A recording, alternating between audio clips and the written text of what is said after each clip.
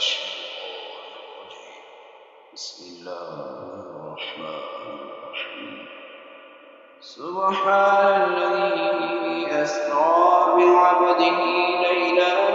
من المسجد الحرام إلى المسجد الأقصى الذي باركنا حوله لنريه من آياتنا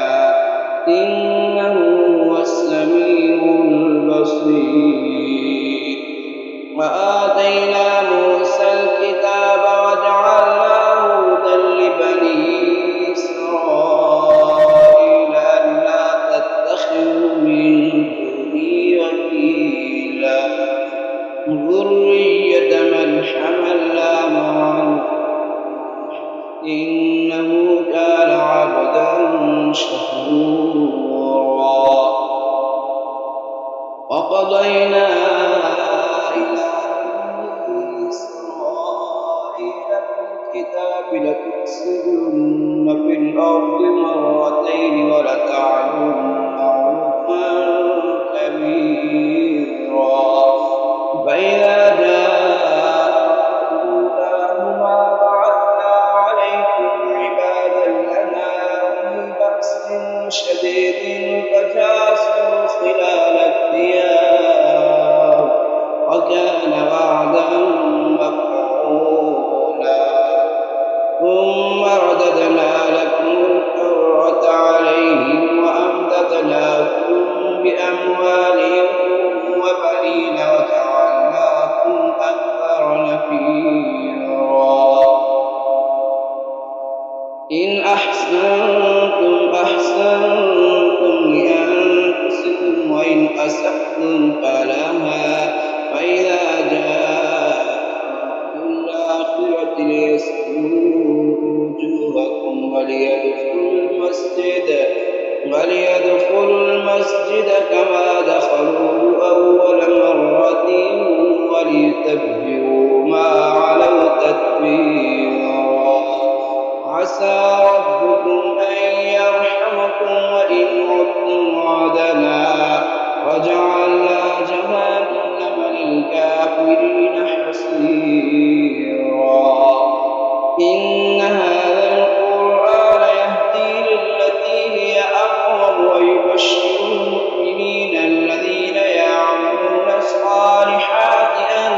لهم أجرا كبيرا وأن الذين لا يؤمنون بالآخرة أعتدنا لهم عذابا أليما. ويدعو الإنسان بالشر دعاءه بالخير وكان الإنسان عجولا. وجعلنا الليل والنهار آيتين فمحونا آية الليل وجعلنا آية النهار مبصرة لتبتغوا فضلا من ربكم ولتعلموا عدد السنين والحساب وكل شيء فصلناه تفصيلا. وكل إنسان ألزمناه طائره في عنقه ونخرج له يوم القيامة كتابا يلقاه منشورا. اقرأ كتابك كفى بنفسك اليوم عليك حسيبا. من اهتدى فإنما يهتدي لنفسه ومن ضل فإنما يضل عليها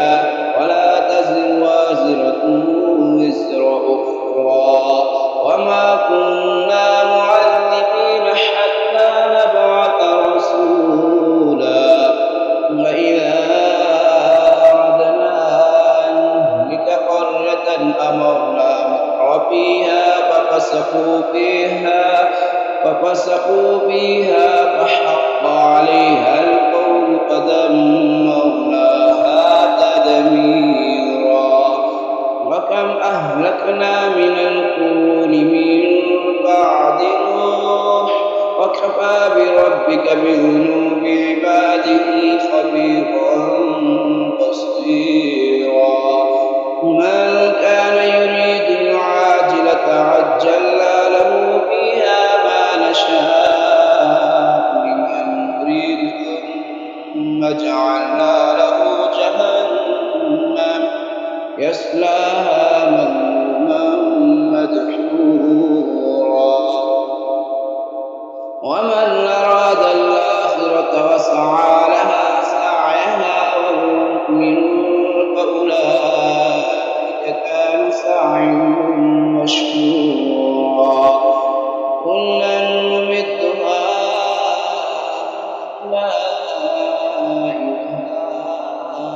هؤلاء من عطاء ربك وما كان عطاء ربك محظورا انظر كيف فضلنا بعضهم على بعض وللآخرة أكبر درجات وأكبر تفضيلا لا تجعل مع الله إلها آخر فتقعد مذموما مخذولا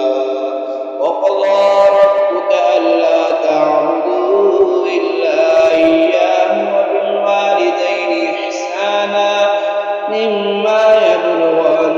عندك الكبر أحدهما أو كلاهما فلا تقل لهما أف ولا تنهرهما وقل لهما قولا كريما واخفض لهما جناح الذل من الرحمة وقل رب ارحمهما كما ربياني صغيرا ربكم أعلم بما في نفوسكم إن تكونوا صالحين فإنه كان للأوابين غفورا وآت ذا القربى حقه والمسكين وابن السبيل ولا تبذر تبذيرا إن المبذرين كانوا إخوان الشياطين وكان الشيطان لربه كفورا وإما تعرضن عنهم ابتغاء رحمة من ربك ترجوها فقل لهم قولا ميسورا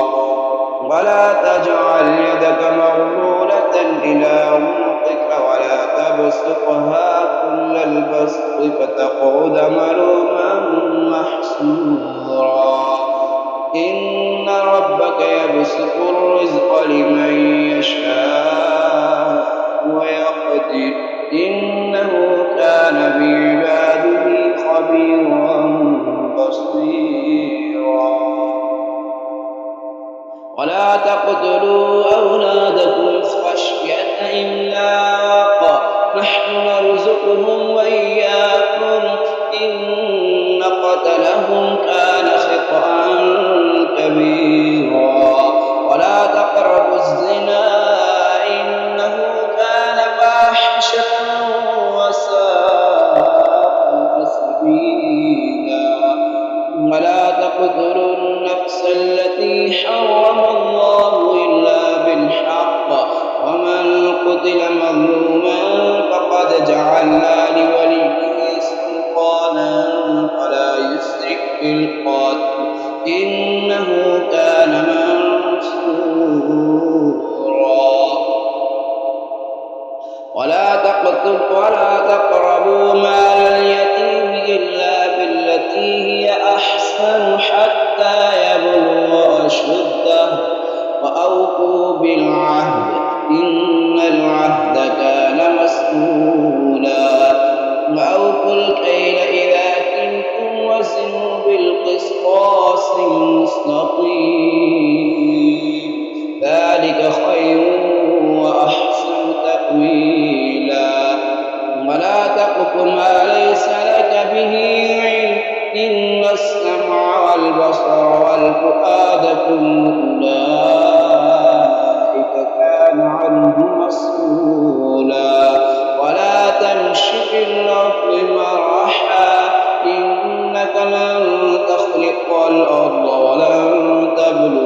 والجبال طولا كل ذلك كان سيئه عند ربك مكروها ذلك مما أوحى إليك ربك من الحكمة ولا تجعل مع الله إلها آخر فتلقى في جهنم ملوما مدحورا أفأصفاكم ربكم بالبنين واتخذ من الملائكة إناثا إنكم لتقولون قولا عظيما ولقد صرفنا في هذا القرآن ليذكروا وما يزيدهم إلا نفورا قل لو كان معه آلهة كما يقولون إذا لابتغوا إلى ذي العرش سبيلا سبحانه وتعالى عما يقولون علوا كبيرا تسبح له السماوات السبع والأرض ومن فيهن وإن من شيء إلا يسبح بحمده ولكن لا تفقهون تسبيحهم إنه كان حليما غفورا وإذا قرأت القرآن جعلنا بينك وبين الذين لا يؤمنون بالآخرة حجابا مستورا وجعلنا على قلوبهم أكنة أن يفقهوا وفي آذانهم وقرا وإذا ذكرت ربك في القرآن وحده ولوا على أدبارهم نفورا نحن أعلم بما يستمعون به إذ يستمعون إليك وإن نجوى إذ يقول الظالمون إن تتبعون إلا رجلا مسحورا انظر كيف ضربوا لك الأمثال فضلوا فلا يستطيعون سبيلا وقالوا أئذا كنا عظاما ورفاتا أئنا لمبعوثون خلقا جديدا قل كونوا حجارة أو حديدا أو خلقا مما يكبر في صدوركم فسيقولون من يعيدنا قل الذي فطركم أول مرة فسينغضون إليك رؤوسهم ويقولون متاه قل عسى أن يكون قريبا يوم يدعوكم فتستجيبون بحمده وتظنون إن لبثتم إلا قليلا وقل لعبادي يقولوا التي هي أحسن إن الشيطان ينزغ بينهم إن الشيطان كان للإنسان عدوا مبينا ربكم أعلم بكم إن يشأ يرحمكم أو إن يشأ يعذبكم وما أرسلناك عليهم وكيلا وربك أعلم بمن في السماوات وربك أعلم بمن في السماوات والأرض ولقد فضلنا بعض النبيين على بعض وآتينا داود زبورا قل ادعوا الذين زعمتم من دونه فلا يملكون كشف الضر عنكم ولا تحويلا أولئك الذين يدعون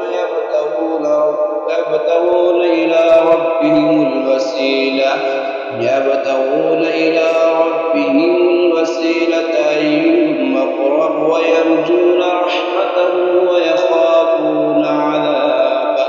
إن عذاب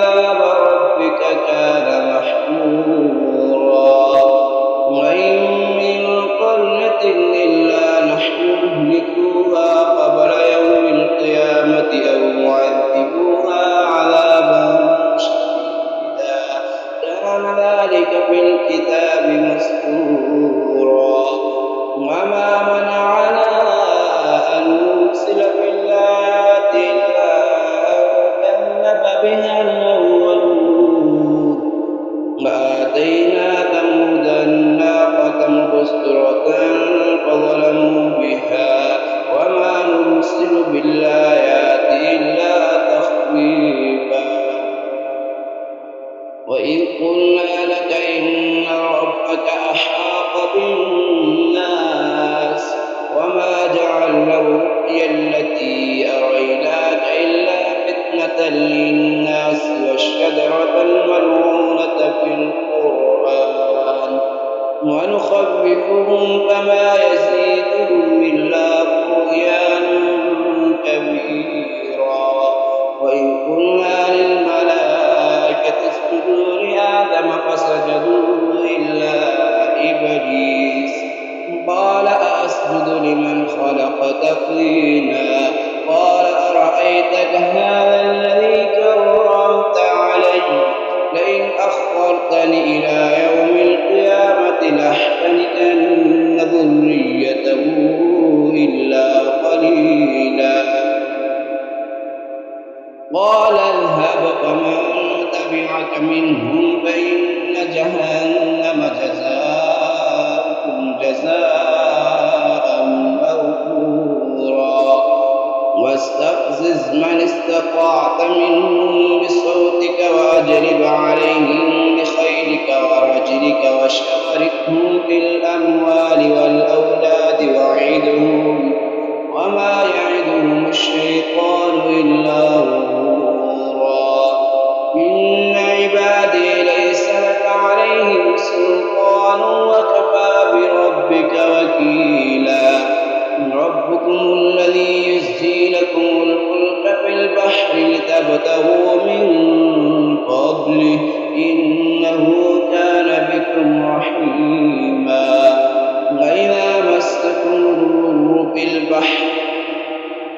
وإذا مسكم الضر في البحر ضل من تدعون إلا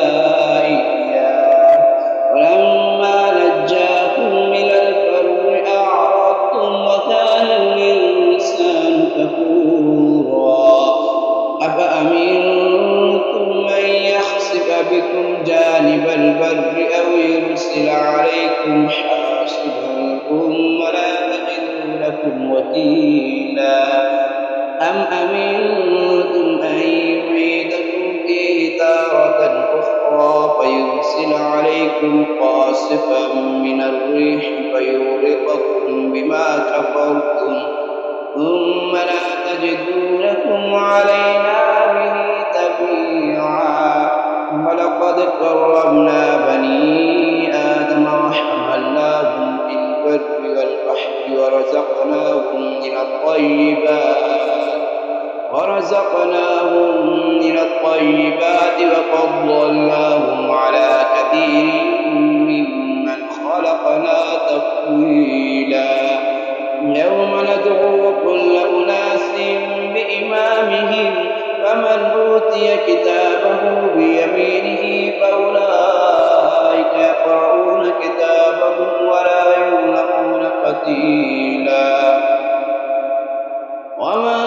كان في هذه أعمى فهو في الآخرة أعمى وأضل سبيلا وإن كادوا ليفتنونك عن الذي أوحينا إليك لتفتري علينا غيره وإذا لاتخذوك خليلا ولولا أن ثبتناك لقد كدت تركن إليهم شيئا قليلا إذا لأذقناك ضعف الحياة وضعف الممات ثم لا تجد لك علينا نصيرا وإن كادوا ليستفزونك من الأرض ليخرجوك منها وإذا لا يلبثون خلافك إلا قليلا سنة من قد أرسلنا قبلك من رسلنا ولا تجد لسنتنا تحويلا أقم الصلاة لدلوك الشمس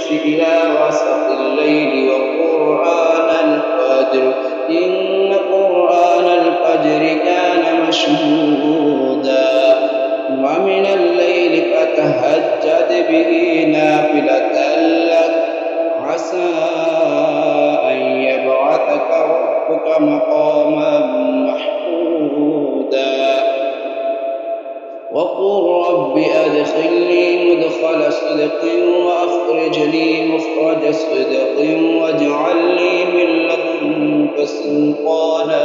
نصيرا وقل جاء الحق وزهق الباطل إن الباطل كان زهوقا وننزل من القرآن ما هو شفاء ورحمة للمؤمنين ولا يزيد الظالمين إلا خسارا وإذا أنعمنا على الإنسان أعرض ونأى بجانبه وإذا مسه الشر كان يئوسا قل كل يعمل على شاكلته وربكم أعلم بمن هو أهدى سبيلا ويسألونك عن الروح قل الروح من أمر ربي وما أوتيتم من العلم إلا قليلا ولئن شئنا لنذهبن بالذي يوحينا إليك ثم لا تجد لك به علينا وكيلا إلا رحمة من ربك إن فضله كان عليك كبيرا قل لئن اجتمعت الإنس والجن على أن يأتوا بمثل هذا القرآن لا يأتون بمثله ولو كان بعضهم لبعض ظهيرا ولقد صرفنا للناس في هذا القرآن من كل مثل فأبى أكثر الناس إلا كفورا وقالوا لن نؤمن لك حتى تفجر لنا من الأرض ينبوعا أو تكون لك جنة من نخيل وعنب فتفجر الأنهار خلالها تفجيرا أو تسقط السماء كما زعمت علينا كسفا أو تأتي بالله والملائكة قبيلا أو يكون لك بيت من زخرف أو ترقى في السماء ولن نؤمن لرقيك حتى تنزل علينا كتابا نقرأه قل سبحان ربي هل كنت إلا بشرا رسولا وما منع الناس أن يؤمنوا إذ جاءهم الهدى إلا أن قالوا وبعث الله بشرا رسولا قل لو كان في الأرض ملائكة يمشون مطمئنين لنزلنا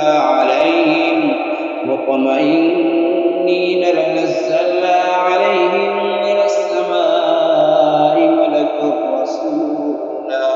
قل كفى بالله شهيدا بيني وبينكم إنه كان بعباده خبيرا بصيرا ومن يهد الله فهو المهتد ومن يضلل فلن تجد لهم أولياء من دونه ونحشرهم يوم القيامة على وجوههم عميا وبكما وصما مأواهم جهنم كلما خبت زدناهم سعيرا ذلك جزاؤهم بأنهم كفروا بآياتنا وقالوا أئذا كنا عظاما ورفاتا أئنا لمبعوثون خلقا جديدا أولم يروا أن الله الذي خلق السماوات والأرض قادر على أن يخلق مثلهم وجعل لهم أجلا لا ريب فيه وأبى الظالمون إلا كفورا قل لو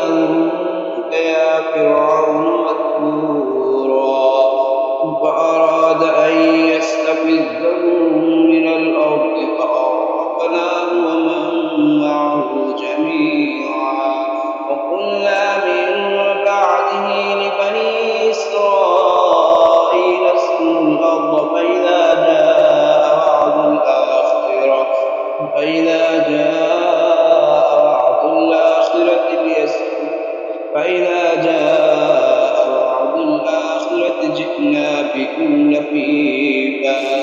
وبالحق أنزلناه وبالحق نزل وما أرسلناك إلا مبشرا ونذيرا وقرآنا فرقناه لتقرأه على الناس على مكث ونزلناه تنزيلا قل آمنوا به أو لا تؤمنوا إن الذين أوتوا العلم من قبله إذا يتلى عليهم يخرون للأذقان سجدا ويقولون سبحان ربنا إن كان وعد ربنا لمفعولا ويخرون للأذقان يبكون ويزيدهم خشوعا قل ادعوا الله أو ادعوا الرحمن أيما تدعوا فله الأسماء الحسنى ولا تجهر بصلاتك ولا تخافت بها وابتغ بين ذلك سبيلا وقل الحمد لله الذي لم يتخذ ولدا ولم يكن له شريك في الملك ولم يكن له ولي من الذل وكبره تكبيرا. سورة الكهف مكية. بسم الله الرحمن الرحيم. الحمد لله الذي أنزل على عبده الكتاب ولم يجعل له عوجا قيما لينذر بأسا شديدا من لدنه ويبشر المؤمنين الذين يعملون الصالحات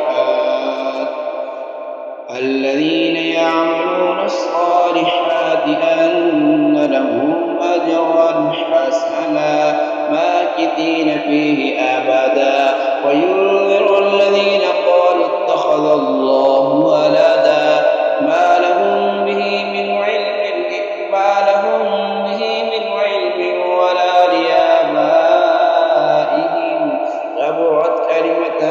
تخرج من أفواههم إن يقولون إلا كذبا فلعلك باخع نفسك على آثارهم إن لم يؤمنوا بهذا الحديث أسفا إنا جعلنا ما على الأرض زينة لها لنبلوهم أيهم أحسن عملا وإنا لجاعلون ما عليها صعيدا جرزا أم حسبت أن أصحاب الكهف والرقيم كانوا من آياتنا عجبا إذ أوى الفتية إلى الكهف فقالوا ربنا آتنا من لدنك رحمة وهيئ لنا من أمرنا رشدا فضربنا على آذانهم في الكهف سنين عددا ثم بعثناهم لنعلم أي الحزبين أحصى لما لبثوا أمدا نحن نقص عليك نبأهم بالحق إنهم فتية آمنوا بربهم وزدناهم هدى وربطنا على قلوبهم إذ قاموا فقالوا ربنا رب السماوات والأرض لن ندعو من دونه إلها لقد قلنا إذا شططا هؤلاء قوم اتخذوا من دونه آلهة لولا يأتون عليهم بسلطان بين فمن أظلم ممن افترى على الله كذبا وإذ اعتزلتموهم وما يعبدون إلا الله فأتوا إلى الكهف ينشر لكم ربكم من رحمته ويهيئ لكم من أمركم مرفقا وترى الشمس إذا طلعت تزاور عن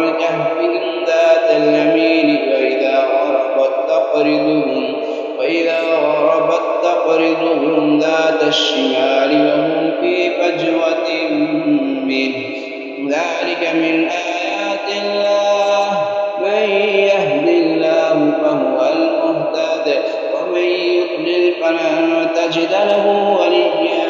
مرشدا وتحسبهم أيقاظا وهم رقود ونقلبهم ذات اليمين وذات الشمال وكلبهم باسط ذراعيه بالوصيد لو اطلعت عليهم لوليت منهم فرارا ولملئت منهم رعبا وكذلك بعثناهم ليتساءلوا بينهم قال قائل منهم كم لبثتم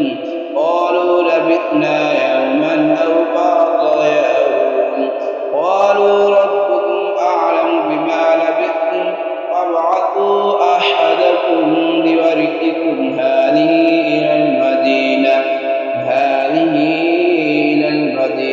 فلينظر أيها أزكى طعاما فليأتكم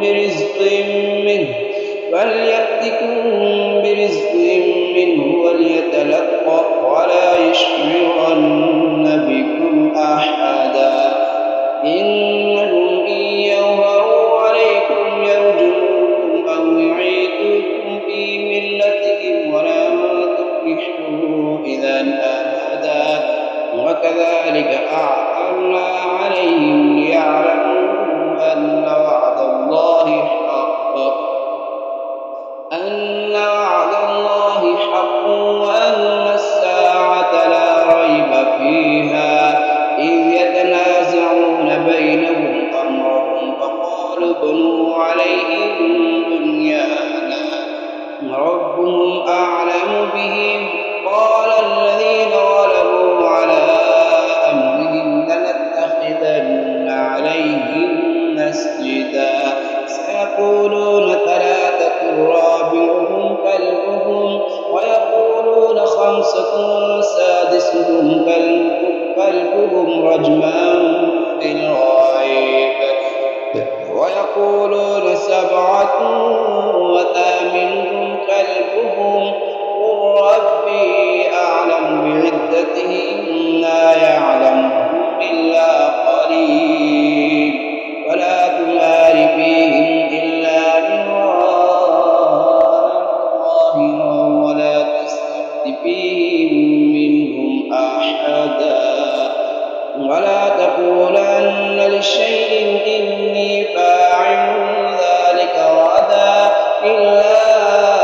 أن يشاء الله واذكر ربك إذا نسيت وقل عسى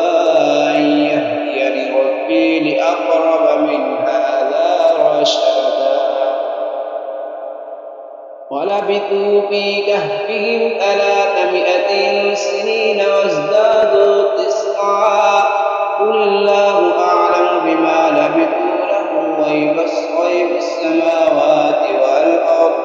أبصر به وأسمع ما لهم من دونه من ولي ولا يشرك في حكمه أحدا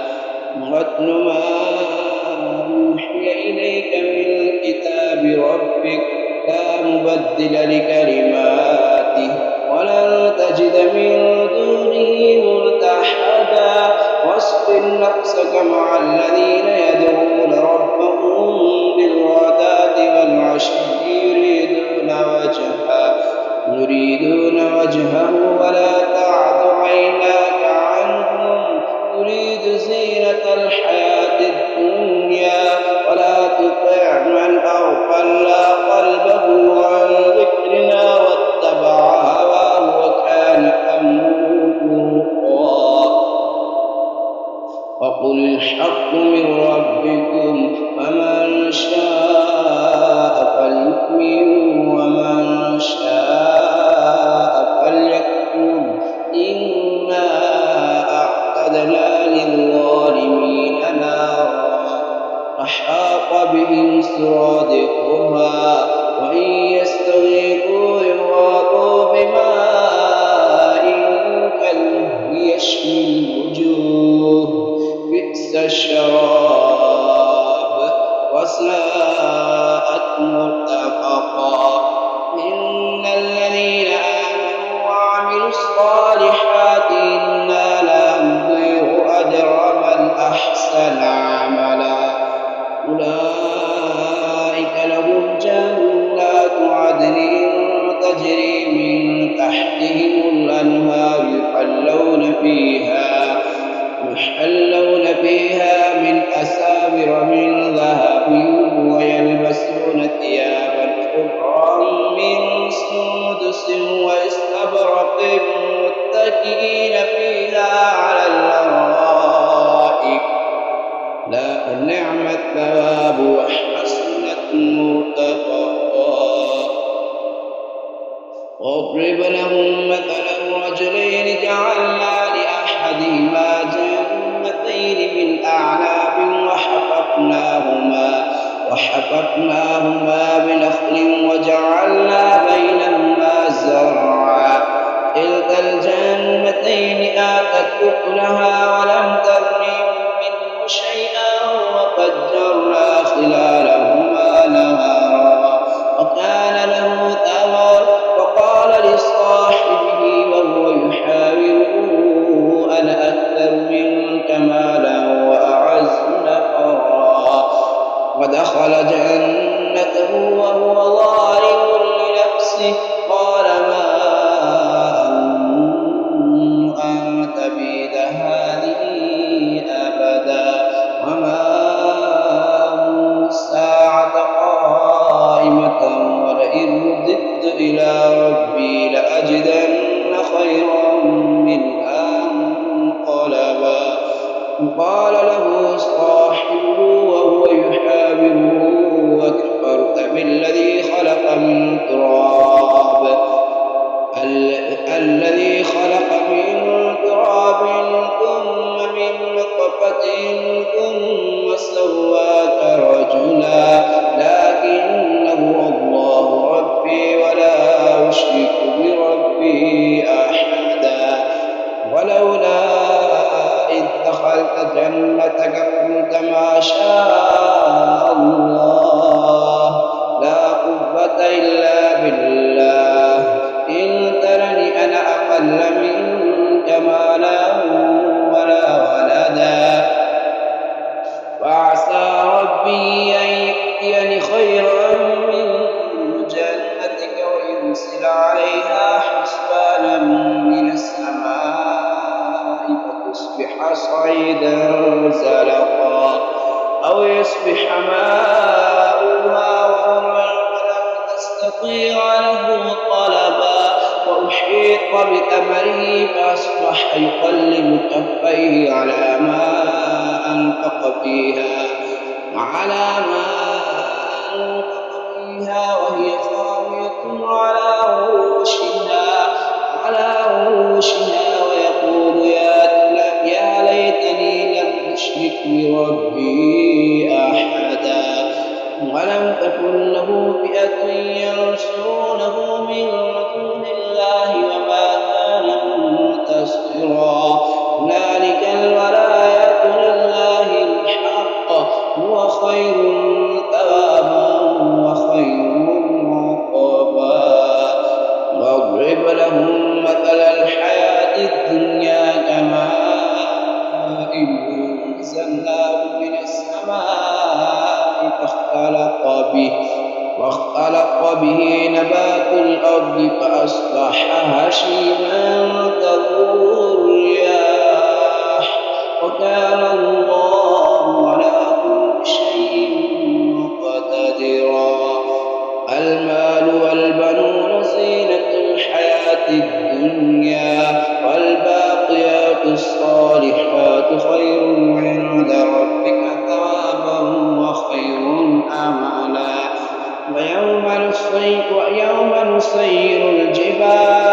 ويوم نسير الجبال وترى الأرض بارزة وحشرناهم فلم نغادر منهم أحدا وعرضوا على ربك صفا لقد لقد جئتمونا كما خلقناكم أول مرة بل زعمتم أن لن نجعل لكم موعدا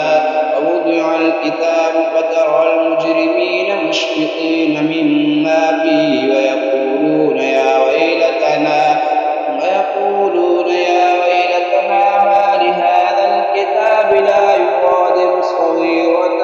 ولا كبيرة إلا أحصاها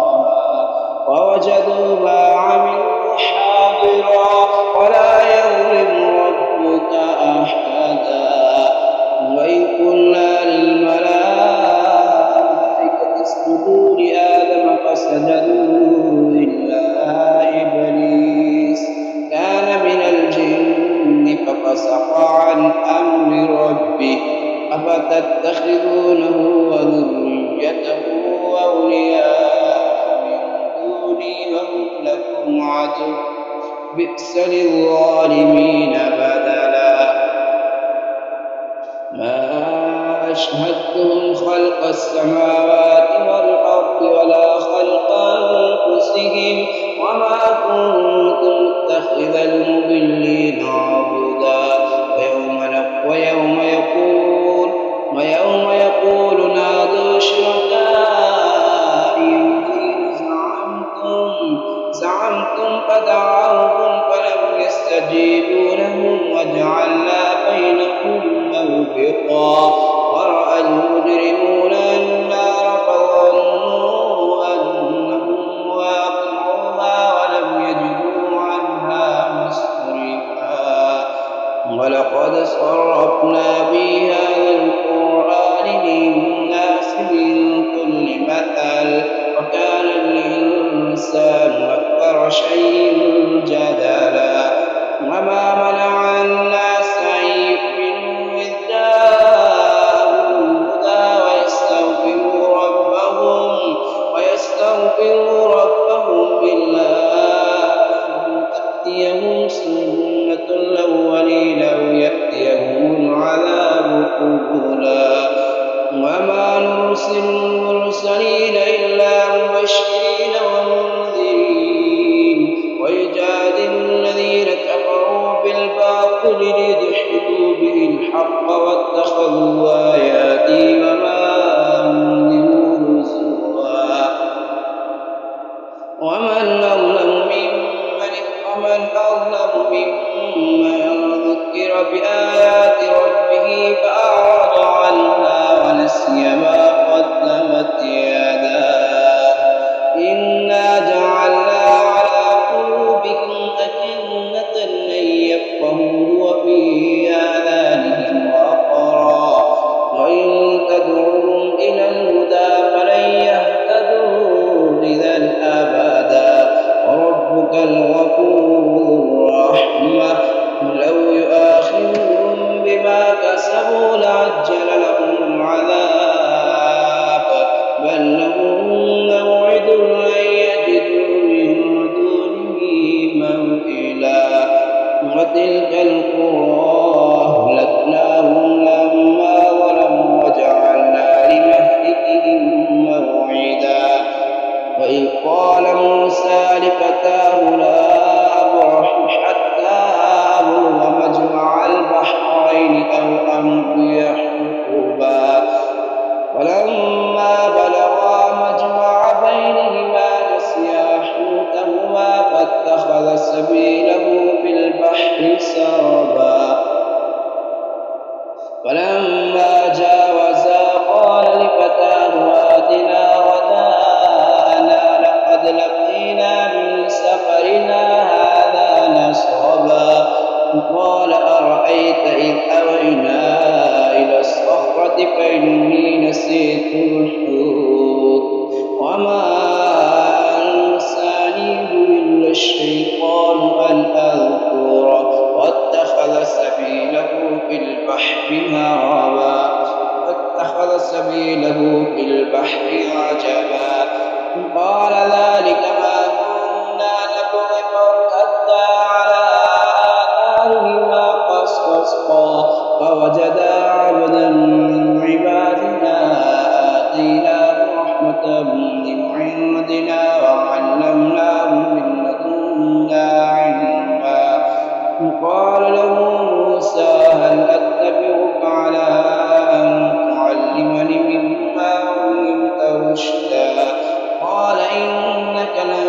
تستطيع معي صبرا